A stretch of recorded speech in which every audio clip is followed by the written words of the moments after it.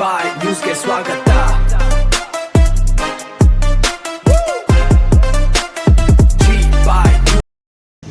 ನಮಸ್ಕಾರ.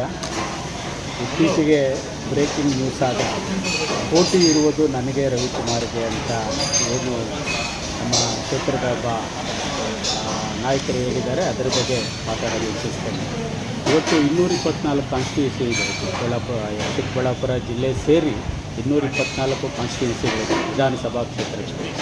ಆ ಕ್ಷೇತ್ರಗಳಲ್ಲಿ ಯಾವುದರಲ್ಲಾದರೂ ಫಸ್ಟು ಕ್ಯಾಂಡಿಡೇಟ್ ಡಿಕ್ಲೇರ್ ಆಗಿರೋದು ಅಂತಂದರೆ ಅದು ಶಿಡ್ಲಘಟ್ಟ ಅಂತ ಹೇಳ್ಬೋದು.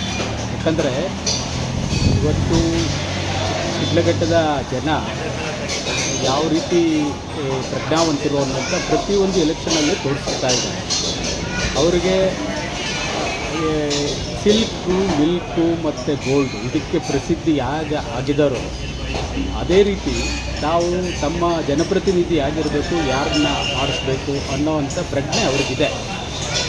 ಇನ್ನೊಂದು ಇಡೀ 224 ಕಾನ್ಸ್ಟಿಟ್ಯೂನ್ಸಿಯಲ್ಲಿ ಯಾವತ್ತಾದರೂ ಎಲ್ಲಾದರೂ ಯಾವ ಕ್ಷೇತ್ರದಲ್ಲಾದರೂ ಅವರೇ ದುಡ್ಡು ಕೊಟ್ಟು ಜನಪ್ರತಿನಿಧಿ ಗೆಲ್ಲಿಸಿರೋವಂಥ ಎಕ್ಸಾಂಪಲ್ ಎಲ್ಲಾದರೂ ಇದ್ದರೆ ಅದು ಶಿಡ್ಲಘಟ್ಟ ತಾಲೂಕು.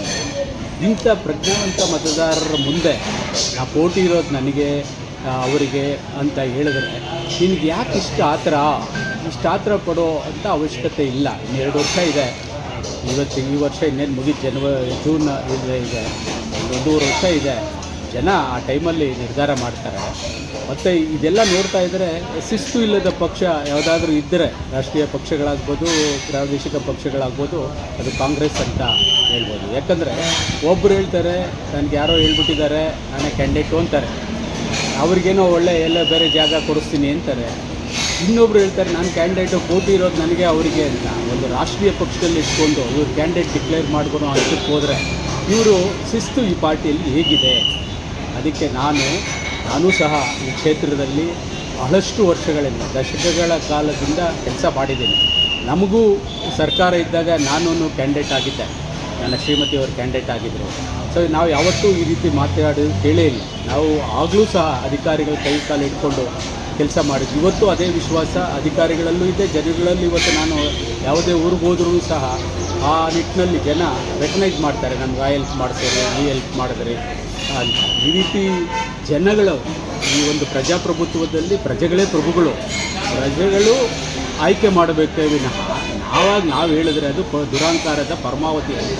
ಮುಂದಿನ ದಿನಗಳಲ್ಲಿ ನೀವು ಕಡಿಮೆ ಮಾಡಿ, ನೀವು ಸೇವೆ ಮಾಡಿ. ಸರ್ಕಾರ ಇದೆ, ಇಬ್ಬರು ಜಗಳ ಆಡ್ತಾ ಇದ್ದಾರೆ, ನಾನು ಹೆಚ್ಚೋ ನೀನು ಹೆಚ್ಚೋ, ನಾನು ಚೀಫ್ ಮಿನಿಸ್ಟರ್ ಹತ್ರ ಹೋಗ್ತೀನಿ, ನಾನು ರಾಜ್ಯಾಧ್ಯಕ್ಷ ಹತ್ರ ಹೋಗ್ತೀನಿ ಅಂತೇಳಿ ಇದು ಮಾಡ್ತಾ ಇದ್ದೀರಾ. ಇವತ್ತು ಸರ್ಕಾರ ಇದೆ, ಏನಾದರೂ ಜನಕ್ಕೆ ಉಪಯೋಗ ಅಂತ ಕೆಲಸಗಳು ಮಾಡಿ ಅಂತ ನಾನು ಅವರಲ್ಲಿ ಮನವಿ ಮಾಡ್ತೀನಿ. ನಮ್ಮ ಶಿಡ್ಲಘಟ್ಟ ಕ್ಷೇತ್ರದ ಪ್ರಜೆಗಳು, ಯಾರು ಮತದಾರ ಪ್ರಭುಗಳಿದ್ದಾರಲ್ಲ, ಅವರು ಅವಳ ಪ್ರಜ್ಞಾವಂತರು. ಅವರು ಯಾವ ಟೈಮಲ್ಲಿ ಯಾರನ್ನ ಸೆಲೆಕ್ಟ್ ಮಾಡಬೇಕು ಮಾಡ್ತಾರೆ. ಅದುವರೆಗೂ ಸ್ವಲ್ಪ ತಾಳ್ಮೆ ಇರಲಿ ಅಂತ ನಾನು ಈ ಮೂಲಕ ನಮ್ಮ ನಾಯಕರಿಗೆ ಒಂದು ಮನವಿನೋ ಎಚ್ಚರಿಕೆನೋ ಎರಡರಲ್ಲೂ ಯಾವುದಾದ್ರೂ ತೊಗೊಬೋದು ಅವರು ಕೊಡ್ತಾಯಿದ್ದೀನಿ.